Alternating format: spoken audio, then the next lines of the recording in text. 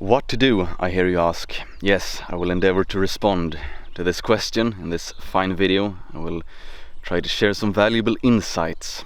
But first, a message from the sponsor of this video. I am sponsoring myself.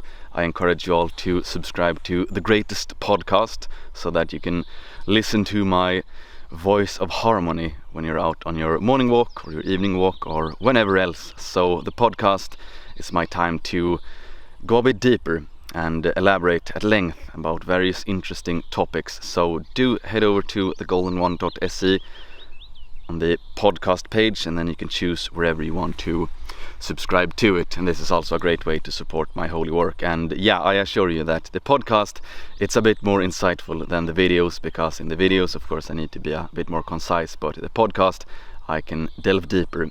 So do check it out. Now, on to the question at hand, what to do in any given situation.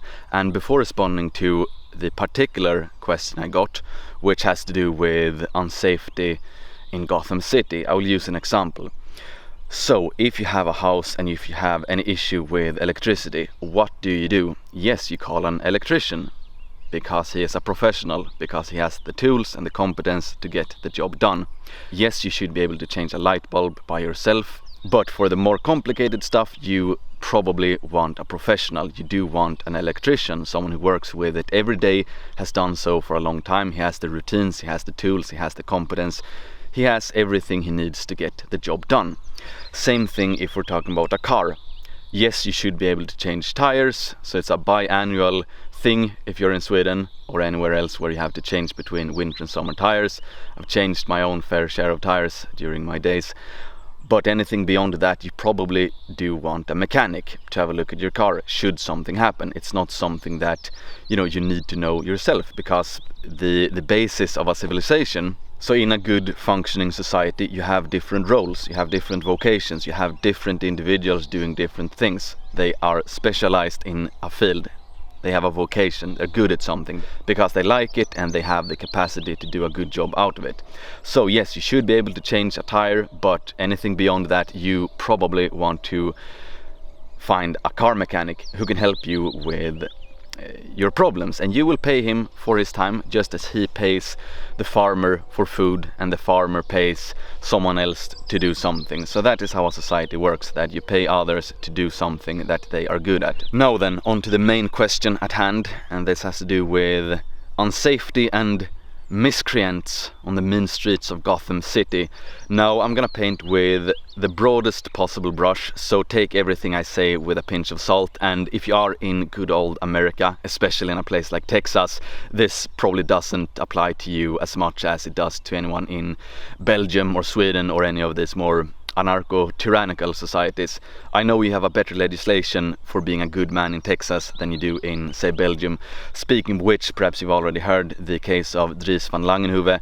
He might go to prison for having been part of a group chat where one guy posted a meme. I'm not joking, this is how it is. It's completely brutal stuff. It's a complete joke of a country, Belgium. It's one of the worst places on earth in terms of anarcho-tyranny.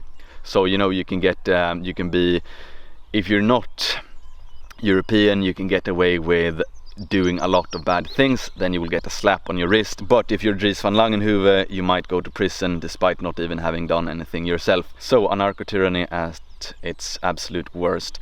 Now anyway, I got a question. There was a sensitive young man, high testosterone, strong, trained martial arts as well. He saw a group of miscreants acting obnoxiously in public, trashing things and acting overall in an aggressive manner, and the locals, they quickly gauged the vibe and they started moving away there. And he wondered what to do in such a situation. Should I engage them? And he actually said that he had challenged these miscreants as well, but they seemed to be hesitant when they were actually confronted. But anyway, I get this question quite a lot: when to step in, when to not step in. So again, I'm painting with the broadest possible brush here, so take it with a pinch of salt, and you have to analyze it from your own situation. We have different legislation depending on where you are. My main advice, and I would probably have said something different were I 25 I would probably have given a different response there. But now I don't have anything to prove. I don't need to, be a macho man or anything like that. I'm only concerned with winning. I'm only concerned with achieving regime change. So playing Batman on the street, it's not something that will, lead us to victory. Victory comes about as a result of us engaging in society, politics primarily. So anyway, to respond to the question, do call the police whenever possible, because you are, as I've mentioned in a recent video, you're probably already taxed to death, and some of the tax money, it goes to the police. So the police, they are your employees, if you think of it like that. They are a service that you can use because you pay for them, so you might as well use them. So an example from Sweden a few months ago, there was a man 50 years of age or so. He saw an urban youth gang outside on the street, being obnoxious, and he went to tell them off. Maybe he wanted to play tough in front of his wife or whatever it might have been. You can guess how it ended up, the situation. Yes, they beat him up. 10 against 1. Cowards, as always. These individuals are absolute cowards. They would never engage in any fair fight. This is also something you can keep in mind, by the way. Don't ever feel bad for calling the police on some of these miscreants, because they are absolutely not playing fair in the least, and we have no obligation to play fair against them. So use the police as a resource here. But anyway, he went out to confront them himself, 10 against 1 or whatever it might have been. Instead, he should just have stayed at home, call the police, say, I am feeling threatened, my security is feeling threatened, or whatever it might have been. So do use the police whenever possible. And this is not only about competence and capacity or anything like that, it's also about the law.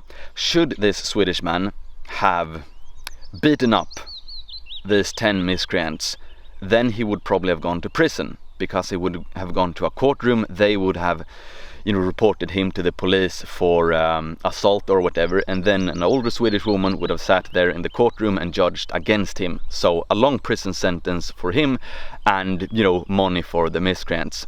That's just how it goes. I'm extremely sorry to say so, but the legal system is very much geared against us as law-abiding citizens. So that is perhaps the primary reason why you should call the police in these situations, because they have the law on their side. You do not have the law on your side. So whatever might happen, you will be in a bad situation. Now, there are of course many situations where it's actually worth dying. It's worth taking a prison sentence. So if anyone is acting violently against your wife or children, yes, by all means do be ready to lay down your life and be ready to take a prison sentence, because it's better, because that is preferable to living with the shame of having stood passively by as someone acted aggressively against your children or wife. So you have these situations where it's just a bad situation no matter how you look at it. But yeah, always defend your loved ones. No matter what happens, always defend them. And also, speaking of which, I encourage all men, you're a brother, uncle, father, son, whatever it might be, husband, you have a responsibility towards your loved ones to be as formidable as possible. So do train martial arts, do become as much of a threat as possible, do take it seriously, go to the gym, be as formidable as possible. Your loved ones, they depend on you to be that role. Now, that being said, there's only so much you can do as an individual. This is not solved by every one of us becoming a force of nature, because we still live under a system that is hostile towards us. So we can't solve this. We can't solve the main issue at hand by becoming strong individuals. We need to be strong on a social level, on a political level. So the solution is not individual, it's political, it's social. It's about us getting into positions of power so we can actually change legislation, so we can initiate a large-scale remigration. That is the solution, not for every one of us to become Batman. I also like Batman, grew up watching Batman, got plenty of inspiration from it, but it's not realistic to, restore safety to our streets by vigilante action. You will only get into legal trouble if you do it, by the way, so do let the police do their job. Now, that being said, you shouldn't count on the police to do their job, because they aren't super competent in all cases. So you should also trust in your own abilities. But if they can do their job, just as you would call a car mechanic to solve a situation with your car. If you see a situation and you can call the police, do it, because they will not get into the same kind of trouble as you do. Now again, there are situations where you don't really have any option and you can probably step in. Now I actually have an example from Sweden. An old childhood friend of mine, shout out Daniel, he shared a story about a year ago. So there was a miscreant who was harassing a 10-year-old or so girl on public transportation, and he confronted the guy and held him still, kept him in place until the police could come. So someone else called the police. Now eventually the miscreant managed to escape, so he tore himself from the grasp of my old friend Daniel.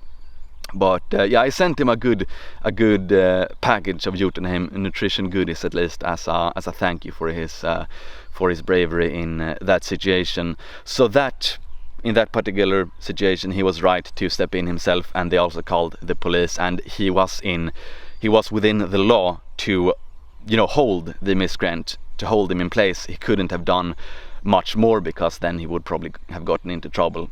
So you have, again, this is why I'm saying that I'm painting with a very broad brush here, is that sometimes you can step in yourself. So do read up what sort of laws do you have to abide by, where are you in the world, different legislations, no matter where you are. So to conclude, do get as formidable as possible. The lives of your loved ones could depend on it, but also do let the police do their job, because they have the law primarily on their side, and they also have the routines, they have colleagues, they have everything they need, hopefully, in order to get the job done. That being said, you should never rely completely on the police in a deteriorating society, but when you can, view the police as a resource that you can use for your advantage. That's why they're there, and I'm sure they're happy to do their job as well. Then keep in mind also that the police, the average policeman out on the street, he is probably not super happy with his superiors that say, you can't do this, you can't do that. So keep that in mind if you're disappointed in the police, that it's not up to them, it's up to the individuals who are above them in hierarchy.